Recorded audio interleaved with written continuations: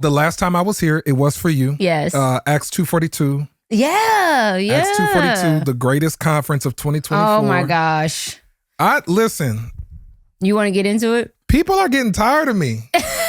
People are getting tired of me, bro. Norris gave the best review. I'm like, nobody. From one day. I was only there one day. You were there Friday night. Friday night. You came the opening night.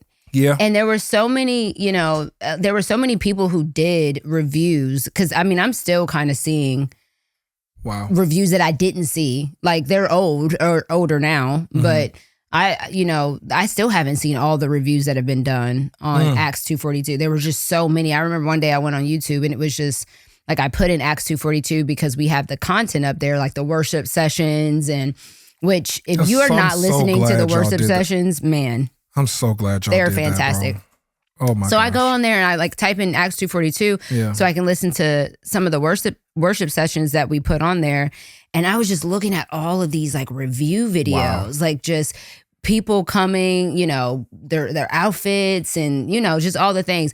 Then you get to Norris. Norris, his whole thing was completely different than everybody else's because your podcast, you talked about it. Yeah. But what was that experience like for you, and why did you feel like it was so necessary to talk about it? Because you came right back to your platform and was like, I got to talk about this. Yeah. You know, the video came out, man, probably like 2 weeks after it was over. Like probably a month, I felt like, after it was over. But I had just came back when I had did it. So like it was fresh. And I'm on there crying like a baby. Boy. Let me tell you, okay. I don't want to take up too much time, but I might. But I will. But I will. It gets on my nerves, y'all. Somebody said, look at your neighbor, say, thank God for Buddy. Did you see that? So tell your neighbor, thank God for Buddy. I'm laughing. Tell him, thank God for Buddy. Who is Buddy? He didn't have to do it, but he did. That's Buddy. Okay. Thank God for Buddy. So anyway, churchy. No. So, the reason why the conference hit that way for me is because of where I was at spiritually. Yeah.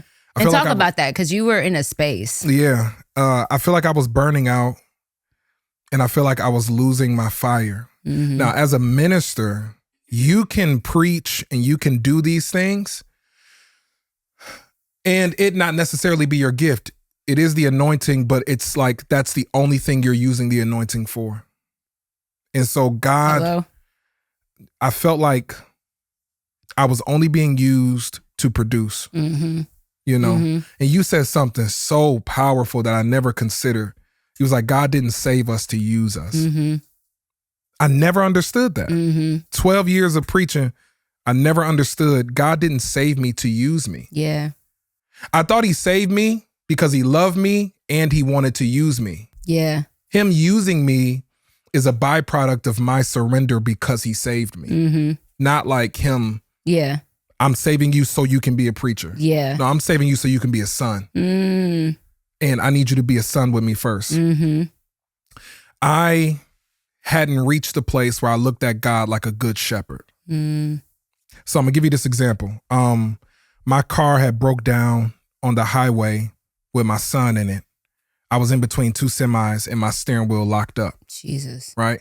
My steering wheel locked up while I was turning to get in the lane in between two semis. And I don't really panic in big life situations, but like inside I'm panicking. And I was just praying, Lord, just let me get to this oasis. So in Chicago, there's like oasis, like places like where it's like you can park here off the highway and go to the gas station. I was just praying that God would let me get there. And like while I'm inside, like just battling this financially, I'm struggling. All of these things are happening. I cannot get a new car right now. My credit isn't there. Like just stuff isn't right just yet. And so this is like all of this is horrible. Yeah. I look back at my son and my son growls at me, in like a playful way. He's about to turn 2. And he was like 1.5 at the time. He growled at me. He was, and like he's laughing while we're in, like, we could die. Yeah. something go wrong. It's over. The steering wheel lock up, boom, boom, sandwich. Yeah. Right? And so he's laughing, he's joking, and like I'm in panic. And I'm just looking back at him like, okay. And God lets me get to the Oasis. As soon as I get into a parking spot, the car shuts off. So God literally let me get there, right? I look back at him again and he's like, ha, ha, ha. And I start calling people, like getting things in order. My dad comes and gets us because I have to take him to his mama, my son to his mama.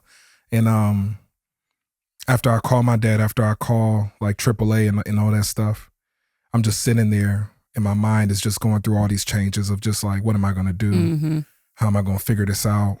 Just frustrated, mad, angry. I look back at my son and he starts crying. When he cries, he's crying and he's reaching for the seatbelt and he wants to take it off and he wants to come up closer to me. And so I take him out of his car seat and I put him on my lap. We're parked in the parking space. I put him on my lap and he starts laughing and moving again and starts moving the steering wheel. At that moment, I had this realization. I don't see God like a good shepherd. I don't see God the way my son sees me. He's in the car with his father and he's so happy to be in the car with me that he doesn't realize we are in imminent danger. He doesn't realize the horribleness of the whole situation or anything like that. The only time he cries is because he's not as close to me as he wants to be. Yeah, that's good. And so he cries to get close to me. I put him in my lap. He's happy. God said, I need you to start seeing me the way your son sees me. You panic over life situations. However, you don't panic when you're not as close to me as you should be. Why don't I feel that way when I'm not praying? When I'm not spending that time, right? So I lost that fire. And I didn't know how I was preaching still. I didn't know how I was doing all these things. It is the worst feeling in the world to not feel the presence of the Lord. I come from drugs, you know, all the stuff we talked about in the first part. You can go back and watch that if you want to hear it. But I come from strong addiction. The main thing that got me off of addiction was the presence of the Lord. There's no high, there's nothing greater than the presence of the Lord. Right. I had an encounter with the Lord in 2017 that changed my life and that weaned me off of addiction. Right? I had reached that place with my son, the Great Shepherd place, right before your conference.